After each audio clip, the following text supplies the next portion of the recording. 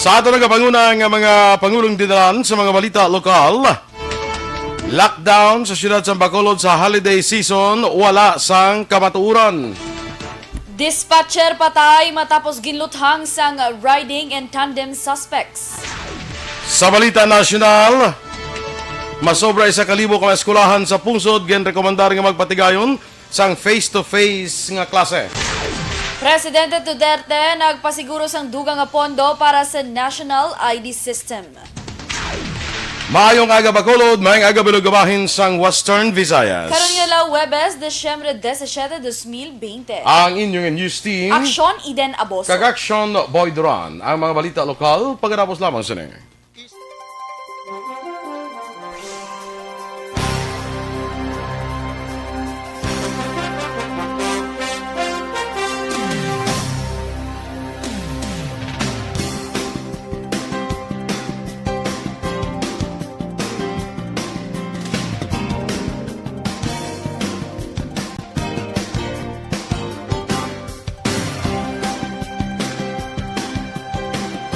Thursday sa atong Cinema Action. Next Thursday, Action Boys, it's 24 na.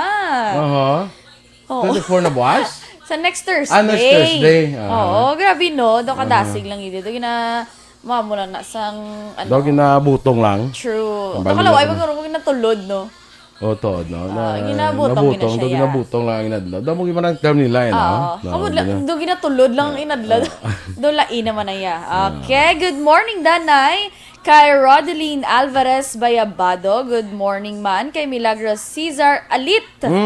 Kagawad Mila, good morning. Oh, yes. Of course, Ma'am Cory Vidaha, good morning. Thank you so much for watching.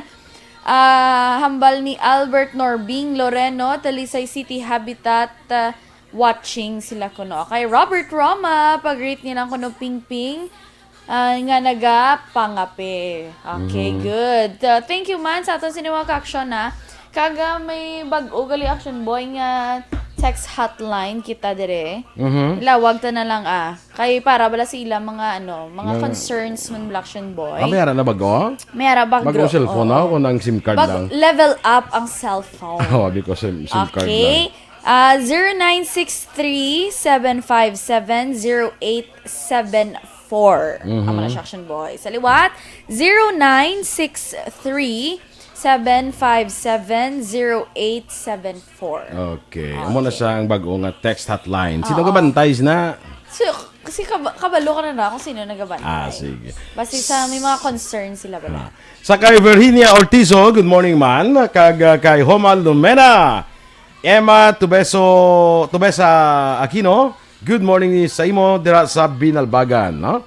Sa kay Judenia Sarmiento Pueg Lazaro, maayong aga, kung hindi siya daw nahimo duga top fan naman ni siya kay daw every morning. Si Judenia Sarmiento Pueg Lazaro. Uy, ala. Duga top fan ni siya, no? Oo. Kay Aaron Tagunera, good morning, watching from Excelsior Farm, Argao, Cebu. Wow, mayong buntag kaninyo dira sa Cebu. Kumusta ka mo diha? Sa Cebu. Bongga. Abi mo lang Naka-born and raised in Cebu City. Titing Angels, good morning man. Kay Amalia Alubantilan, no? Amalia Alubantilan, maayong aga sa imo. Sa kay James, of course, from Pontevedra. Tabao Suarez family. Good morning dira sa inyo, no? Sa kay Jean Buerom, Maria Teresa Linaha Kayaw, good morning man. Ang aton nga mga followers naman na Action Eden ba sa abroad. Oo. Si Maninoy mo. Maninoy One Ball! Good morning! Hag kay Maninay Alma na lang, syempre. Thank you so much sa mga advance. Mga advanced schedule. Mga advanced schedule and sa mga previews na. Thank you so much. Remia Garcia, good morning man. Sige, standby na kita sa mga balita lokal.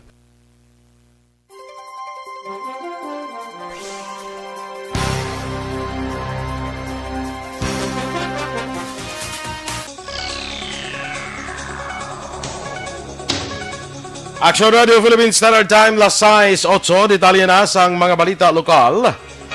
Wala sang kamatuoran nga may ipatuman nga lockdown sa syudad sa Bacolod sa holiday season. Ini ang pagklaro ni Vice Mayor Elcid Familiaran, Chair sa Bacolod IATF, matapos ang nagalapta nga sala nga impormasyon nga lockdown sa syudad.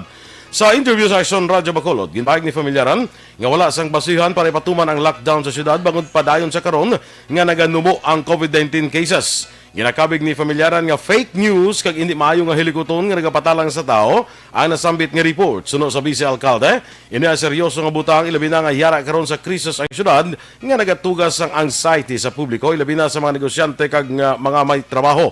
Naobserbahan ni Familiaran nga wala man ini nagkakatabo sa iban nga LGU kundi sa Bacolod lamang. Sunod sa Vice Alcalde, mayara lamang sang moratorium sa mga locally stranded individuals sa LSI halin Disyembre 21 tubtub Enero 3 sa tuyo nga matagan sang tion ang frontliners nga makapahuway matapos ang siyam kabulan nga pagig-away kontra COVID-19. Well, fake news na there will be no lockdown. Anong grounds na may lockdown? So, itong constituency, banta din na pumuluyo mga attitude ng mga patalang. At mga kadlaw, this is a serious matter. Ang big-arap ito sa krisis. Ang kabahin sa pahayag ni Vice Mayor Elcid Familiaran. Nakabato naman si Vice Mayor Elcid Familiaran sa pila katawag angod sa pila ka mga paglapas sa pagtuman sang minimum health standards sa pag-umpisa sa simbang gabi. Sunod kay Familiaran, Chair sa Bacolod IATF, ang problema ang hindi sa sulod sa simbahan, mga nasunod ba ng social distancing, kag ang problema ang yara sa gwa sang simbahan. Ginklaro sa Vice Alcalde nga hindi tanan nga simbahan ang mayara sang paglapas man sa health protocols. Sunod kay Familiaran, ang Bacolod City Police Office ang nagpahamtang naman sang pulis sa mga simbahan para masiguro ang pagsunod sa mga health protocol. Sa karon, sunod sa opisyal, pag-aobserbaran ang sitwasyon sa simbang gabi sa masunod ng mga inadlaw, kag kung may paglapas pa sa protocol, magapadugang sila sa mga tanod kag pulis sa area sang simbahan. Ang kakulang sang suga sa parking area sa simbahan kag ang wala maplastar nga mga baligya sa sagwa sa simbahan isa sa nakita nga problema. Sa paglibot-libot ni Bacolod City Director Police Colonel Manuel Placido pud kay BCP OPIO Police Lieutenant Colonel Ariel Pico. Magluwas ni may ginsaway man si Pico nga mga kabataan nga sa baylo magsimba, nagbanding sa ila mga kakilala. Nasiplatan man ni Pico nga may mga ginikanan nga nagdala sa ila magagmay nga kabataan sa sulod sa simbahan. Sunod kay Pico, yarag yapon ang paandam sa COVID-19. Dala ang pangabay nga kung mahimo ibilin lang ang kabataan sa ilas ni nga mga balay. Sunod kay Pico, nasunod naman sa simbahan ang social distancing, pagsuksok sang face mask kag face shield. Nakita man ni Pico ang kalabanan sa mga sumilimba, nagasunod sa health protocol. Sunod kay pulis akon kay Pico, wala naman sang major crime incident nga natabo sa unang adlaw sang simbang gabi. Nadugangan naman sa 50 ang kaso ng COVID-19 sa Western Visayas nga nagdala sa karon sa kabilugan nga 20,852. Nangunang Negros Occidental nga may 22, ginsundan sang Iloilo Province nga may 8, Iloilo City kag Aklan nga may 7 kag Bacolod City nga may 6. Ginanunsyo man sa DOH 6 ang 51 ka recoveries nga nagdala sa kabilugan nga 18,704 kag ang tatlong bag-o nga napatay nga nagdala sa kabilugan nga 612. Ang Western Visayas sa mayara sa karon sang 1,531 ka aktibo nga kaso. Na-inspeksyon na sa Bacolod Emergency Operations Center ang pila ka mga sinihan sa siyudad sa Bacolod nga natugutan na nga mag-operate sa idalom sang modified GCQ. Sunod kay Dr. Chris Sorongon, Deputy for Medical sang Bacolod EOC, duha na kasinihan ang ila na inspeksyon nga nagakomply sa ginapatuman nga protocol kaangay sang sinihan sa SM kag City Mall. Karon nga semana natala na ilang kapadulungan ang Ayala Mall. Sunod kay Sorongon, lakip sa mga protocol nga ginapatuman sa sulod sa sinihan ang pagsuksok sang face shield kag face mask 2 seats apart, ginadilian magkaon ka magbaton sang tawag. Dugang pa ni Sorongon, mayara sang monitoring team nga nagabantay sa sulod kagwa sang sinihan para masiguro nga nagasunod ang mga tumalanaw sa mga regulasyon. The nag-represent ng community na award goes to the men and women of the Emergency Operations Center. No? So, since ang ako yung ginanapisan, ang Bacolod City EOC, yung award na recognition, I'm sharing this to all my fellow private volunteers and then at the same time to the hardworking men and women of the Emergency Operations Center. Ang kabahin sa pahayag ni Dr. Chris Sorongon. Sa iban pa nga balita, lokal, patay naman ang dispatcher. Subong man nagabaligya sang prutas matapos ginluthang sang ginaligar motor riding suspect sa Banga Riles, Purok Gaisano, Barangay Alihis, Syudad sa Bacolod, pasado las 7 sa gabi, Miyerkules. Sa interview sa Aksyon Radyo Bacolod sa pagkaisa nga nangabay nga hindi paghingadlan, ang biktimang ginkilala kay Mitzel Yap, 40 anyos. Dugang pa si Yap ang nakaangkon sang pila sa ulo kag sinawala nga kilid. Parehas pa sang pagkaisa, wala nila ginapaabot ang natabo sa kayap matapos nga base sa iya pagkilala, wala man ini sang kontra kag nagapangabuhi lamang sa matawhay nga lugar. Sa piyak nga bahin sa interview sa isa ka testigo nga nagabaligya man sa lugar, ginpahayag nga nakabati sila sang 5 kalupok kag ginaligar nga ang nagluthang dako nga tawo apang wala niya makita ang nawong bangod nakasuksok sang helmet. Samtang ginako naman sang Iloy nga sinanita Yap nga nagausar sang illegal nga drogang iya bata apang kumayara sa lamang sang kwarta. Sa karon nagapadayon pang investigasyon sang kapulisan sang Police Station number 7. Kinakondena naman sa ang Karapatan Negros ang magpatay sa mag-asawa nga sanday Dr. Mary Rose Sanselan kag bana sining si Edwin Sanselan matapos gintang luthang ini sang naligid nga gabi sang riding in tandem suspect sa Barangay Poblasyon, syudad sang Giulngan, Negros Oriental. Sunod kay Karapatan Negros Island Chairperson Clarissa Dagatan, si Dr. Sanselan ang City Health Officer sang Giulngan City kag tagpamuno sang IATF sa mga syudad apang ginlakip sa listahan sang kagubak nga kilala bilang Anti-Communist Vigilante Group sa Negros Oriental. Ginalakip man ang ngalan ni Salceran sa red tagging bilang si JB Regalado, spokesperson sang Leonardo Panaligan Command sang NPA Central Negros. Nagapati si Dagatan nga isa na naman ni ka state-sponsored killing ang natabo kangay sa pagpatay kay Zara Alvarez, Attorney Ben Ramos kag Toto Patuigas. Sa katapusan nga balita lokal, ginabulubanta 150,000 ka pesos nga balor sang pagkabutang ang natupok sang kalayo sa sunog sa Prokabuhi, Barangay Jess, Syudad sang Bacolod kahapon sang aga. Sunog kay Bacolod City Fire Marshal Publio Plutenia, siyam ka mapuluyan ang apektado sa sunog, sa diin 5 diri ang totally damaged, samtang 4 man ang nasunog. Dugang pa ni Plutenia, nag-umpisa ang sunog sa ikaduha nga panalgan sa puluyan ni Janet Beloya, nga naglapta sa puluyan ng Odila Madrid, Dani Demapanag, Gina Rojo, kag Lilibeth Tanate. Partially damaged naman ang puluyan ng Jade De La Cruz, Kenneth Esparar, Rosie Hamelia kag Betty Montaño. Ginpahayag man ni Plutenia nga ang ginpabayan nga kandila among gintunaan sang kalayo. Action Radio Philippines Standard Time, las 6:15.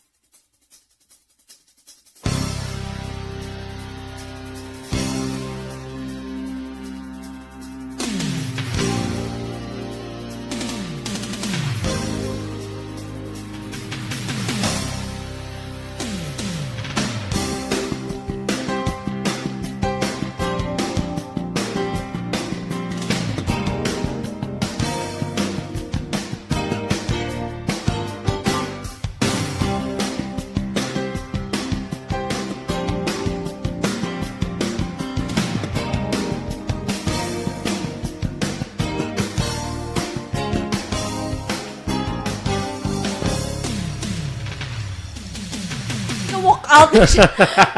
Kumatak ka siya ganing. Sa pa mamuk out siya iya. Way pa sagali, way pa bla matapos ang...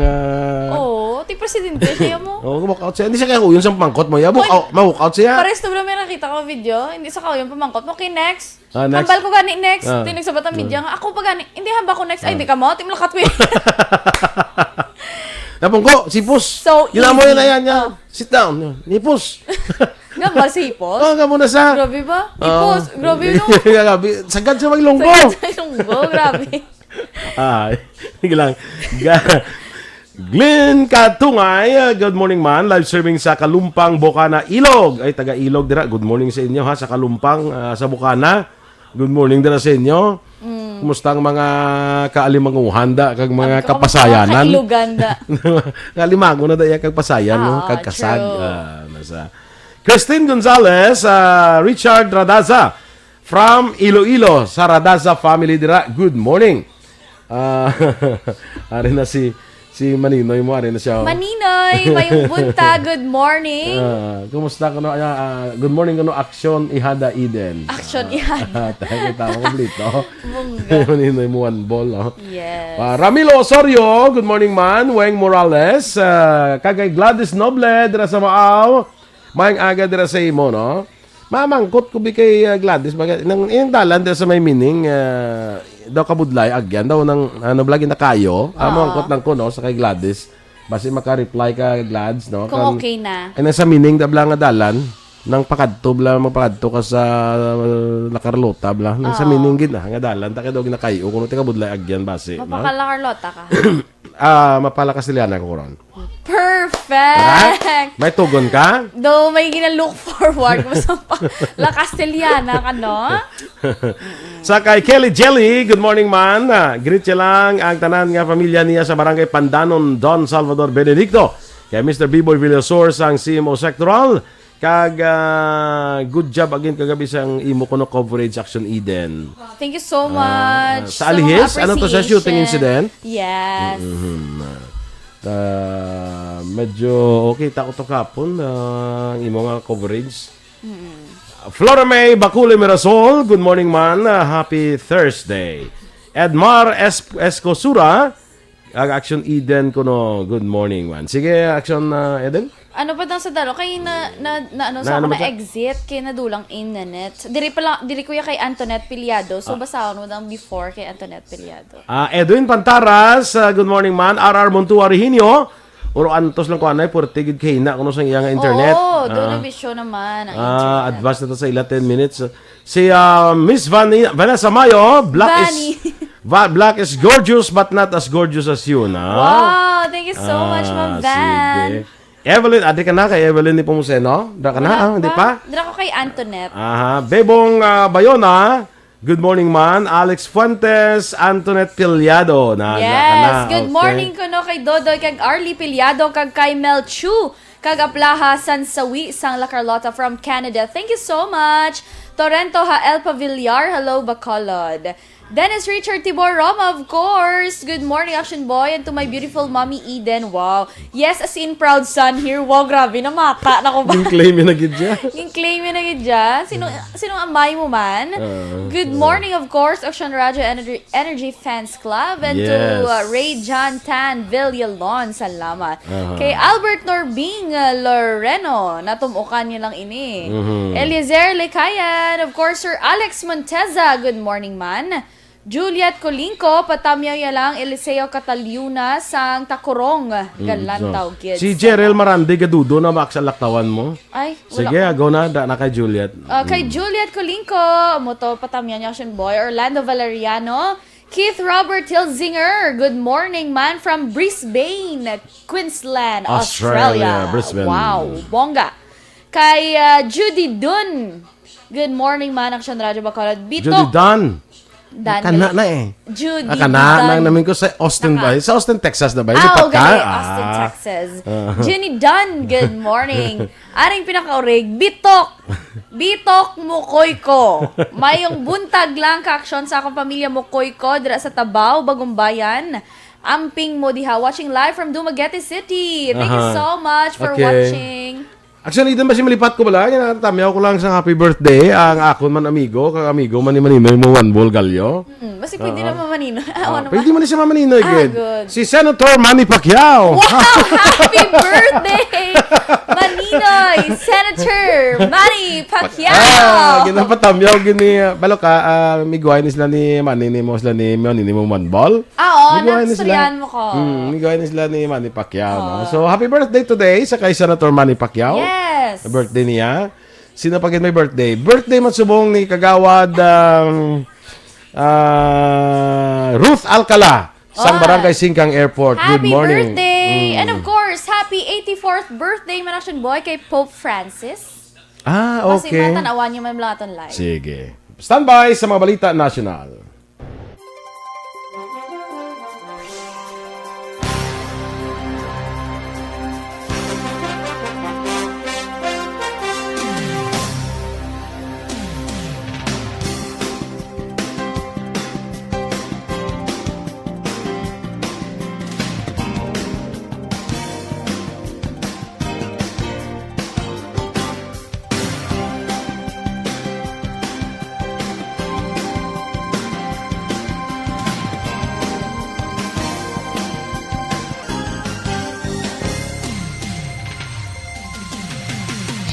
Balitang Bayan, numero 1.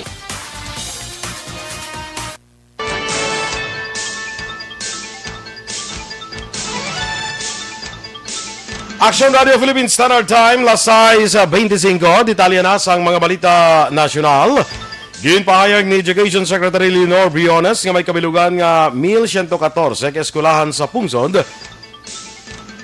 Ang ginrekomendar nga magpatigaan sa face-to-face classes nga dry run sa mga lugar nga may manubong nga risgo sa COVID-19.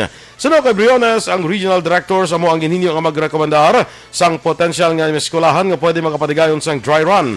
Apang ginklaro ni Briones nga nasambit nga mga eskulahan, ipaidalong pa sa evaluation para masiguro nga masunod ang health protocols batok sa mahimo paglapta sa COVID-19.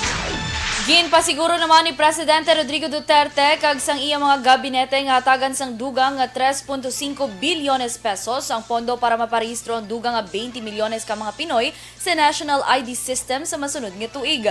Sunod kay Presidential Spokesman Harry Roque, ang gobyerno una nag-set sang target nga 50 million ka mga tawo sa katapusan sang 2021. Sang Oktubre, ang Philippine Statistics Authority nag-umpisa sang registration sa Philippine Identification System nga naghatag sang prioridad sa low-income families. Una ginpahayag ni Presidente Rodrigo Duterte ang National ID System na nakabulig kuntani agon masolbar ang discrepancy sa distribusyon sa cash assistance sa low-income families nga mas naapektuhan sa COVID-19 pandemic. Nagtanyag naman ang National Economic and Development Authority o kon NEDA nga gamiton ang Philippine Identification System o kon National ID para sa distribution ng COVID-19 vaccine sa mga prioridad nga grupo. Sunod kay Acting Socio-Economic Planning Secretary Carl Kendrick Chua, iyan nagintanyag sa kay National Task Force Against COVID-19 Chief Implementer and Vaccine Czar Carlito Galvez Jr. ang nasambit nga proposal. Malapit sa 25 milyones ka Pinoy nga ginabugusan sang frontline health workers, mga pigado kag uniform personnel ang kalakip sa una nga makabaton sang COVID-19 vaccine kasunod nga ang pungsod target nga makaumpisa sang mass immunization program sa 2021. Una gid paag ni Galvez nga ang gobyerno target nga makabakuna sang 60 to 70% sang populasyon nga nagakaigo agud makahimo sang herd immunity. Ireserba naman sa Kamara ang ila sin internal funds para sa COVID-19 vaccination sa mga empleyado sa chambers kag sa 5 ka miyembro sa pamilya sang mga ini kung magabot na ang vaccine. Si House Speaker Lord Alan Velasco mismo nag-anunsyo sa nasambit nga inisyatibo. Dugang pa ni Velasco, malakip man sini nga tika ang mga miyembro sang House media kag 5 sang immediate family members. Kung mabakunahan na ang mga empleyado kag media sa Kamara, sunod naman ang mga miyembro man sang chamber. Samtang kumpiyansa ang Malacanang ipatuman sang simbahan Katoliko ang guidelines ng Interagency Task Force para sa COVID-19 nga 30% capacity. Suno kay Presidential Spokesman Harry Roque, nagalaw man ang Malacanang nga sundon sang simbahan nagintala ng distansya sa mga pulungkuan. Pahanumdum ni Roque magkadto sa simbahan nga suksok ang face mask, face shield kag masamigid nga mag-disinfect. Sa iban pang balita national, ginrekomendar na sa PNP Internal Affairs Service ang dismissal sa serbisyo ni Police Lieutenant Colonel Jigger Noceda nga ginakusahan nga naghimo sa sexual harassment sa kay Nova Princess Paruhinog, ang among bata sa napatay sa nga si Ozami City Mayor Reynaldo Paruhinog Sr. Sino kay IS Chief Inspector General Alfagar Triambulo, si Noceda nga anay chief sang PNP Custodial Service Unit ang guilty sa duha ka counts ng grave misconduct, isa pa para sa acts of lasciviousness kay isa para sa rape by sexual assault. Ang rekomendasyon na pasa na kay PNP Chief General Debold Sinas. Aksyon Radio Philippines Standard Time, las 6:29.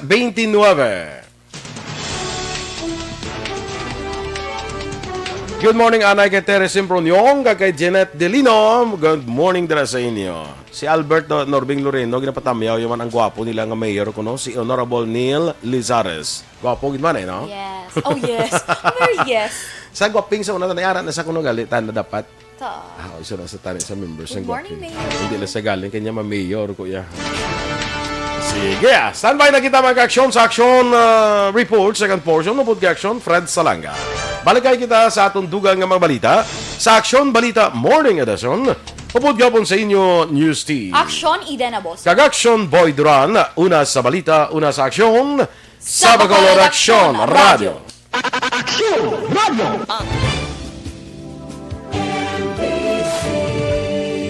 Manila Broadcasting Company. Sa balita. Komentaryo. Issue. Serbisyo publiko. Aksyon Radio. Sa Bacolod, Aksyon Radio. Aksyon Radio.